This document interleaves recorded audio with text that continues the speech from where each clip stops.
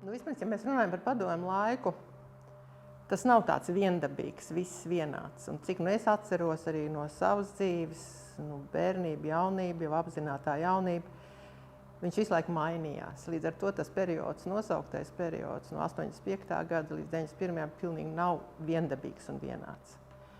Un ir droši vien jāatkāpjās nedaudz atpakaļ, jo pirms tam bija manam tā kā skolas laikam un apzinīgajam jau vecumam ir Brežņeva laiki, kad televīzijā un partijā visu laiku tur bubināja kāds šļupstošs onka, un šausmīgi garlaicīgi. Tad viņš ņēma un nomira. Un tad bija vēl divi onkas, kas, ko sabiedrība īstenībā uzskatīja un uztvēra jau ar zinām ironiju. Un tad nāca Gorbačovs. Ar pilnīgi citu dinamiku, kā viņš vispār runāja un kā viņu, protams, mēs tikai televīzijā viņu arī redzējām, bet pirmo reizi mēs ieraudzījām valsts vīru, kas runā un domā un saprot pats, ko viņš runā. Tas nav iedomājams, bet to jau pirms tam varēja redzēt, ka tas ir, ko pirms tam tie partijas pirmie sekretāri runāja, viņi vienkārši lasīja, kaut ko bubināja. Un pēkšņi ir cilvēks, kas skatās taisni kamerā un runā. Diezgan liels apvērsums arī bija tas, kad parādījās, ka viņam ir arī sieva, kas ir neiedomājama tajā situācijā partijas elitē, kas sievas vispār pat prātā neienāca, ka tādas viņiem ir. Un šis rietumnieciski, tas, kā mums arī likās, tas rietumnieciskais piegājiens, ka vispirms runā, ka ir arī sliktas lietas, ka tās mums jāpārkārto, ka mēs tagad mainīsimies. Viņš to runā dzīvā valodā, žestikulēdams. Un tas bija kaut kas ļoti jauns. Un es domāju, ka cilvēki arī, un arī mēs skatījās uz to visu ar gaidām un ar interesi. Un tad soli pa solim, tās slūžas vērās vaļā, un aizvien vairāk varēja kaut ko darīt. Bet saprotiet, mēs bijām pat beiguši akadēmiju. Mēs bijām jauni. Mums bija, tā sakot, cerības un vēlme dzīvot, un vēlme gleznot, un vēlme nodarboties ar mākslu, un vēlme mīlēt un draudzēties. Nebija jau tā, ka mēs tādi noņurkuši tur vienkārši tikai par padomju varas briesmām vien domādam. Ne, mēs dzīvojām pilnu dzīvi, vai ne?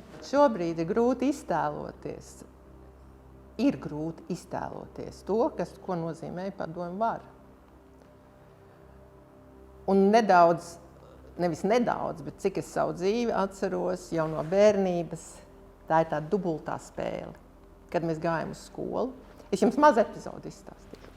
Es ejām pirmajā klasītē, es mācījos 50. vidusskolā, kas bija Varoņa Imanta Sudmaļa vārdā nosauktā skola.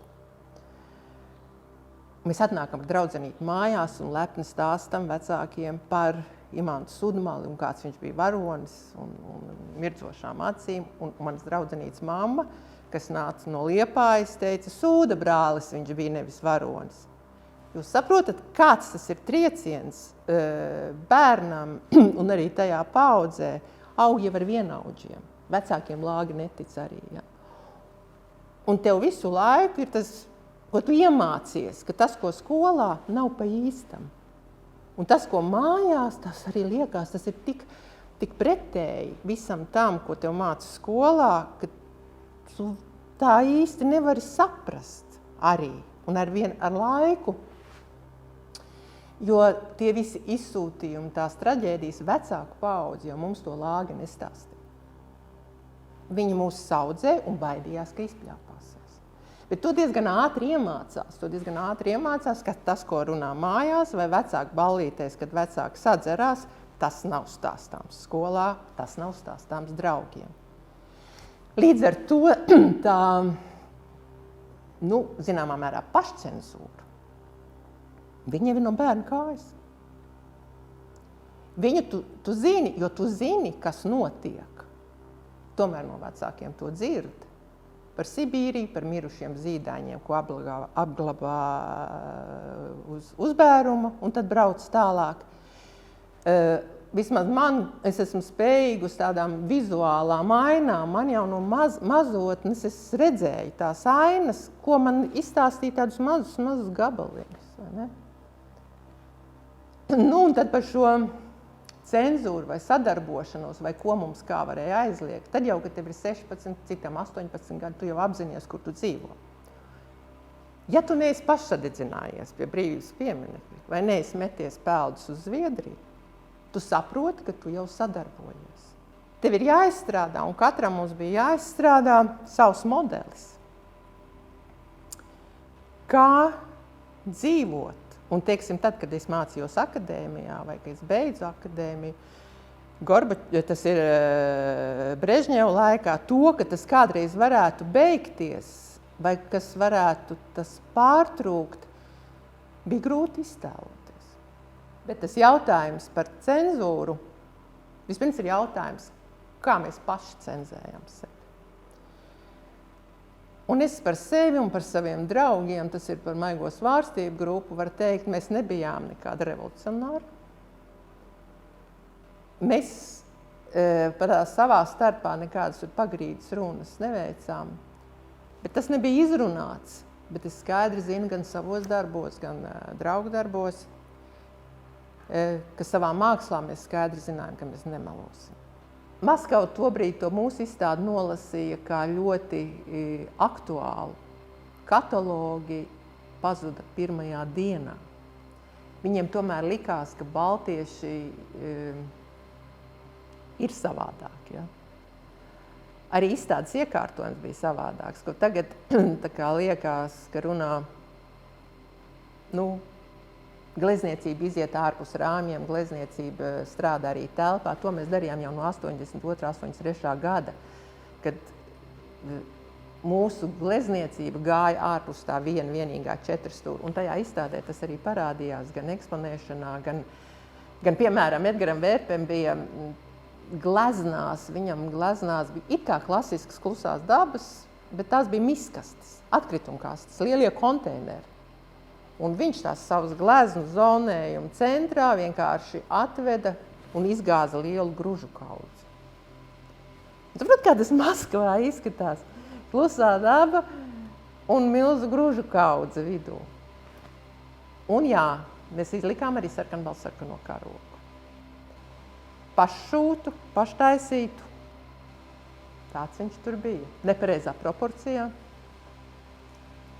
Par ko jau tagad leģendas stāsta, kurš viņu ir šūvis kopā, bet cik es atceros, tad to audumu krāsoja tekstilniece Laima Kaugura, jo viņi varēja nokrāsot, viņi ar to strādāja.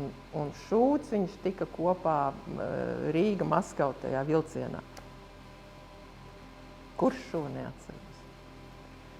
Bet karogs bija, man ir tāds mazs diapozitīvs, kā dokumentu var parādīt. Tieši tādu pašu sarkanbaltsarkano karogu mēs jau izkārām pirms 90. gada, tas ir 89. gads, man šķiet, jeb 88. gads, kad mums bija grupas izstāde Kaunijā, Čiurļoņu muzejā. Lietuvā tas bija pašsaprotam, izkarināt sarkanbaltsarkano karogu. Tas bija tā sajūta, kā mēs dzīvojam, solīt pa solītim, sapņojot par brīvu Latviju. Un arī tāpat laikā baidoties, vai tiešām tas milzīgais mehānisms, kas ir padomju vara, vai tiešām viņš sabruks. Latviešu mākslinieku izstādi Ņujorkā, Hamkina galerijā, to organizēja arī ar Mākslinieku savienību, un kuratori bija Ines Riņķe. Tātad tas atvēziens bija plašāks spektrs, kā mēs pat runājām par posttradicionālismu Maskavā. Šķiet 24, 25 autori tur piedalījās.